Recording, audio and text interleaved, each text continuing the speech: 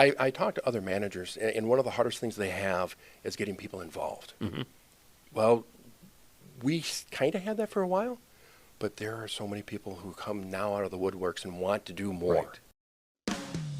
Welcome to the Discover Montcalm podcast, where we are going to look at the communities, the businesses, the attractions, and the people that make up Montcalm County. Here is your podcast host, Dwayne Weed. Hello, and welcome to this edition of the Discover Montcalm podcast. My name's Dwayne. I'm the host and producer. I have Mike Falcon, the village manager for Howard City over here in the Panhandle. Mike, thank you for stopping in today. Oh, my pleasure. I know it took us a couple weeks because one of us got sick. Sorry. But I'm glad you're feeling better. I'm glad you're feeling better. There's no way that you come in here and you want to go, hello. Yeah. You know, we might want that deep voice, but not that way. So let's start out by getting to know you a little bit. Sure. Where do you come from? Where did you grow up? Well, I grew up in Kenosha, Wisconsin, and I spent part of my time in Kenosha, Wisconsin, and part of my time in Eagle River, Wisconsin. Okay. I graduated at the tender age of 17 and went straight into the United States Air Force. All right. Well, I graduated at 17, but I took a different path, which is okay. So you graduated Air Force. After the Air Force? I spent about 9 years or so. In 1995, I got out of the Air Force when they were closing bases down under the Clinton administration. And my last duty assignment was K.I. Sawyer Air Force Base. So I had some decisions to make. I was newly married and I had a family. So what I did is I started working for Northern Michigan University part-time and started finishing up my schooling, if you will. Okay. I finished up my baccalaureate degree and then went on and finished up my graduate degree. And then I worked for Northern Michigan University full-time after a couple of years, about 18 years. Okay. Now I'm here. Now you're here. So you went from the UP down to where the you're trolls gonna say are. Why? No. I mean, I love the UP. Never lived there, but I love to visit. I love to check out the waterfalls and the parks and the different tourist attractions that are up there. Absolutely. Well, my wife was in municipal management up in the UP for almost 20-something years. And during that time, she took a little layoff, if you will, and then she got bored. And a position opened up in Cedar Springs. So she came down about a year and a half or so, almost 2 years before I did. Oh, so long distance. Yes. And then we had one, my middle son was just finishing up high school up in the UP. Okay. And my youngest son was just ready to go into high school. And we didn't want to move him while he was in high school. Right. So instead of choosing my work and going to Northern, he wanted to come to GVSU. Oh, okay. So we moved down here. And our youngest son actually graduated from Greenville, and now he's just about through college. Okay. So what year did you make the come back down here? I made the transition of the summer of 2017. Okay, 2017. And what brought you here was the Howard City job? No. Or what brought you down here, Well, other than your wife? Well, mainly it was my wife. She's career oriented, and she's actually the manager of Cedar Springs now. Okay. And at the time, she was a finance director, and she said, "I want you to come down." And I said, "Well, I've got enough in my retirement to do that. Okay. So why not retire and use my graduate degree as what it's meant for?" Right. You spent that time earning it. Correct. So now I'm doing what my graduate degree is in. Okay. And it's been a roller coaster, but a welcomed roller coaster. So what year was it that you started as the village manager of Howard City? The summer of 2017. Okay, 2017. So you're here. You've been doing it. Let's talk about Howard City, the Panhandle. We were just talking before we started here that there's no moats or fences around any area, but we've all got our municipalities and we've all got the different places that we call home. Tell us a little bit about Howard City. Well, Howard City's a great little town. It really is. It's one of the best kept secrets around, and that's what really attracted me there. Okay. I used to say it was like a diamond in the rough, and I would love to be the person who comes in, within reason, chips away and makes that really shine. And we've done some really good things in Howard City since 2017, and we're going to continue to do that. Our team is all focused on what's best for Howard City. Okay. Give us a quick little overview. 2017 to now.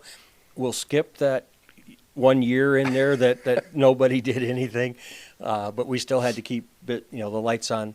But kind of give us an idea of some of the things that you and your team have done since you've arrived.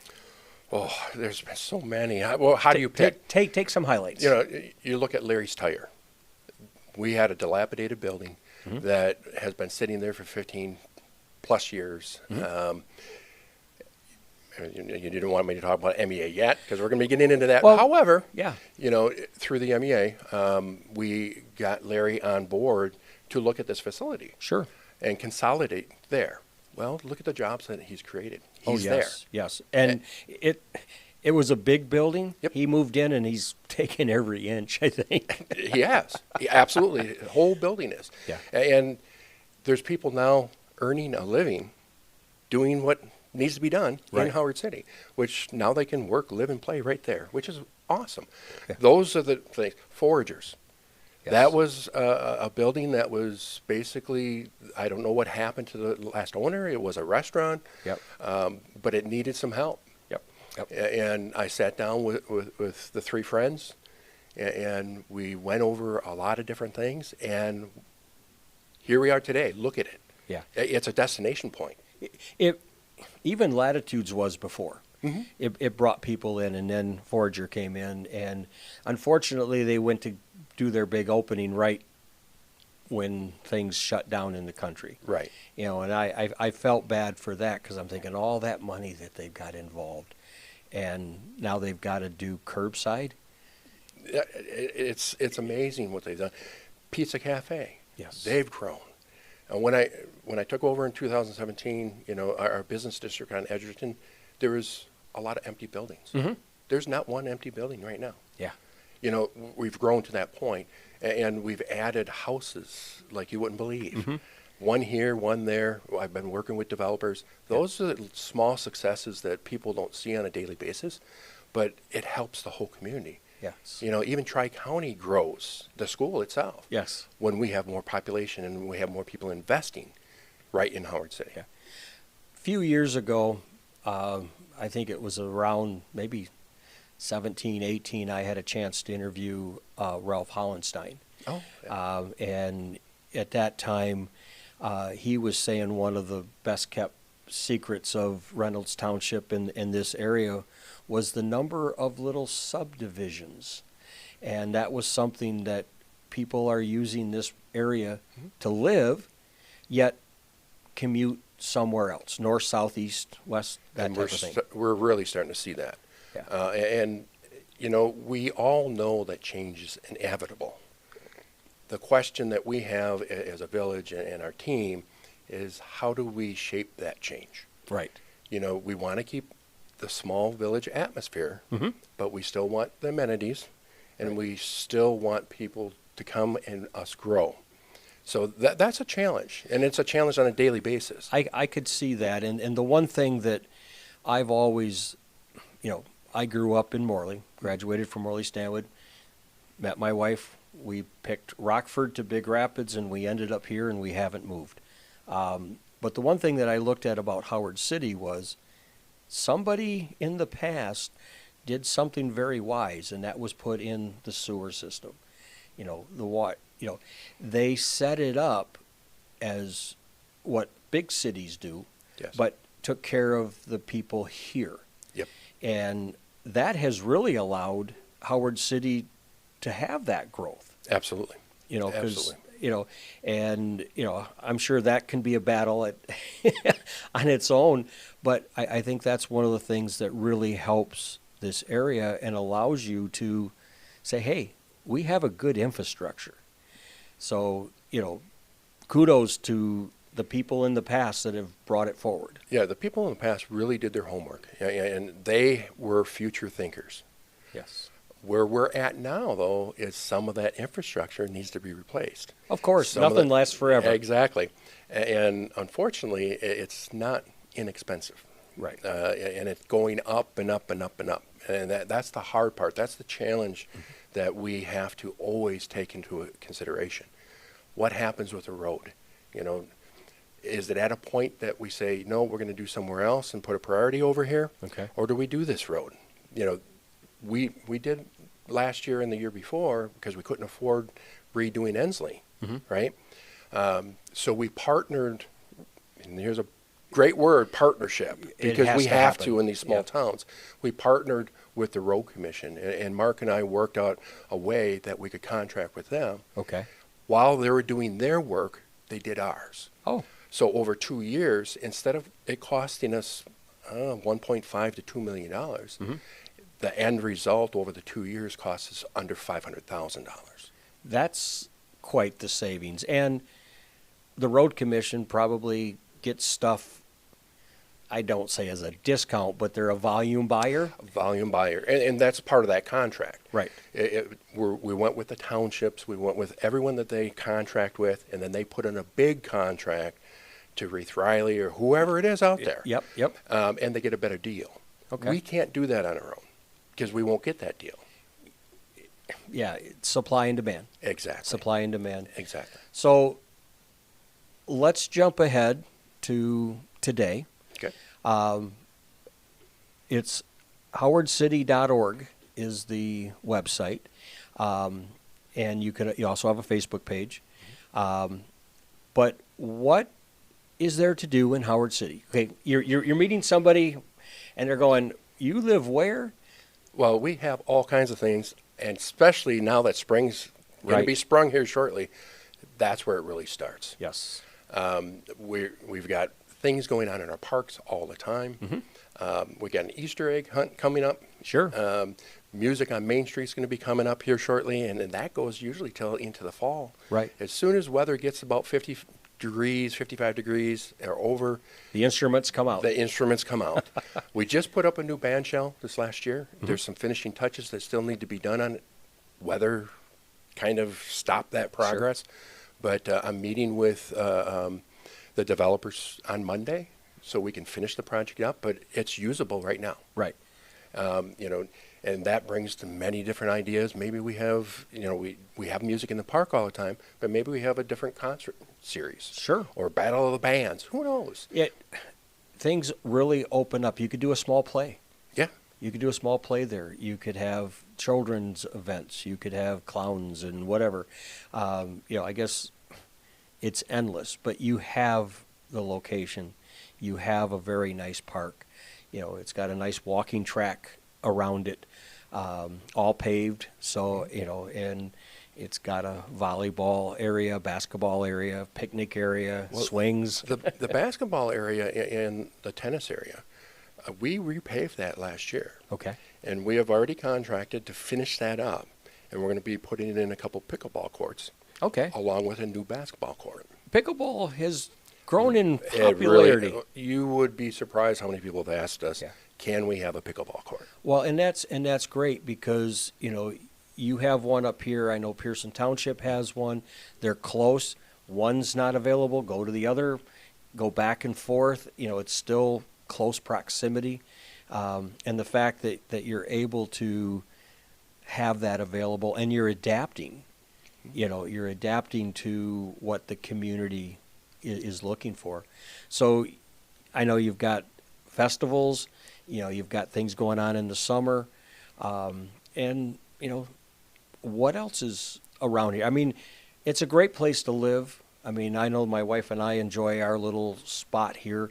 I guess we're Pearson Township, Howard City address, not in the village, but we're still Howard City.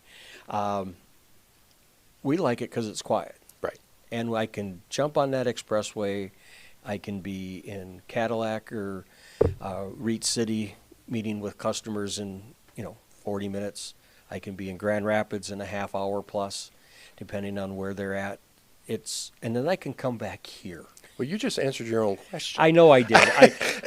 Sometimes I have a tendency to not shut up. But that's so true.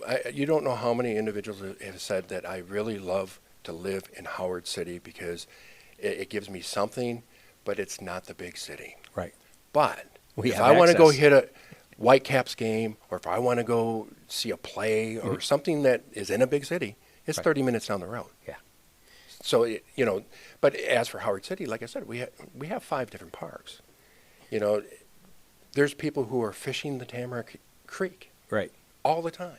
Yeah. There's people who, we just got the White Pine Trail paved. Right. That was an experience in itself. It's nice. How far north does it go now?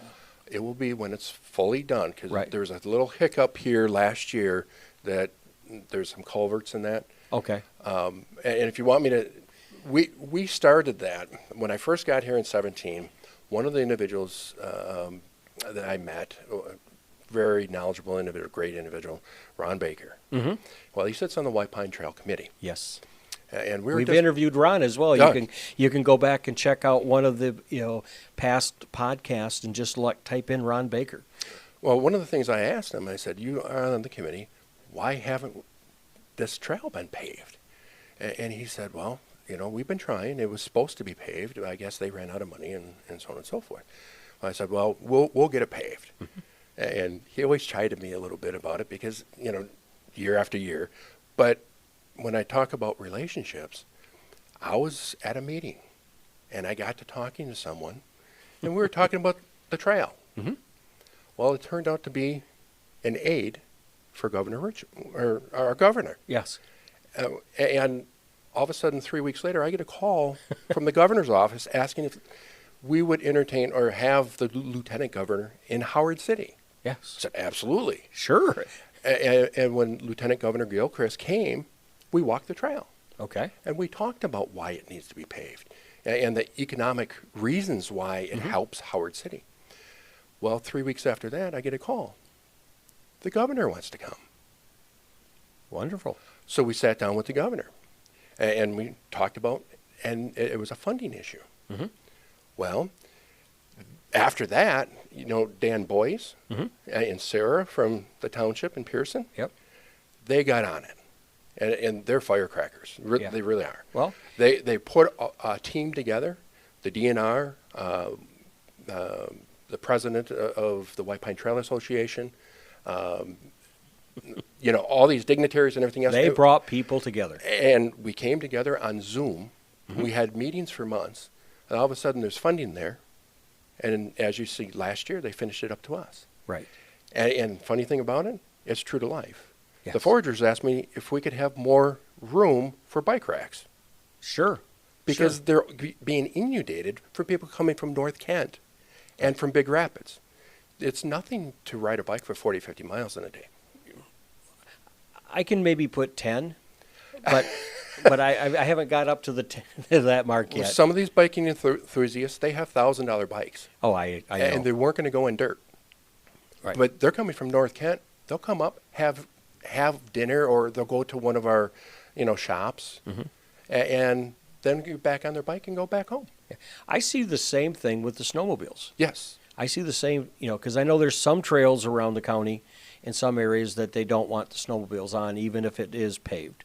But I see, when we have snow, we really didn't get Too much this year, yeah. this, but those years that we have a good snowfall, you can see, instead of bikes out in front of, the different businesses, you can see snowmobiles, over by the depot.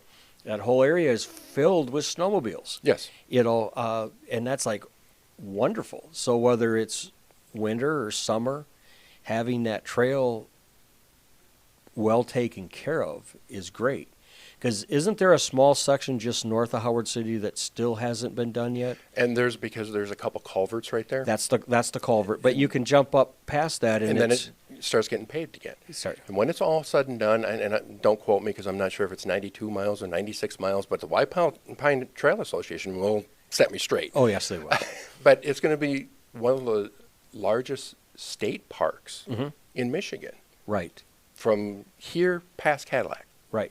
Because I know for the longest time you could hit Big Rapids and head up to Cadillac, and then doesn't it go east and west from there? Not the White Pine, but they can connect up with others, and it's like, wow. Right. There's other trail systems that connect up to that one. You're right. So it's going to be huge. And for enthusiasts, it's wonderful. It is. I mean, you can come just from Grand Rapids all the way up. Yep. And that's nice. I haven't made it past Cedar. Mm-hmm. I'm still building up my endurance, but I wasn't really using it when it wasn't paved. Right. I would put my bike and go down to Sand Lake and go on before. Now it's like, no, let's just go from here, which is wonderful. As we get ready to close this up, and I know we're going to have you back because we're going to talk about the, Montcalm Alliance and the right place and some of the stuff that's going on there. And I wanted to split it because there's a lot to talk about in that area as well. Yes. But as we wrap up this thing on Howard City, is there anything that you'd like to leave us with that we haven't talked about? Oh, I mean, we could go on for a long time. We really could, because Howard City is this village is so wonderful. Mm-hmm. It really is. We have so many things to offer our residents, and our team. I'm talking about council and our boards and our committees and the people who love Howard City want to keep doing things in Howard City. Right. The businesses on Edgerton Street, they put things on.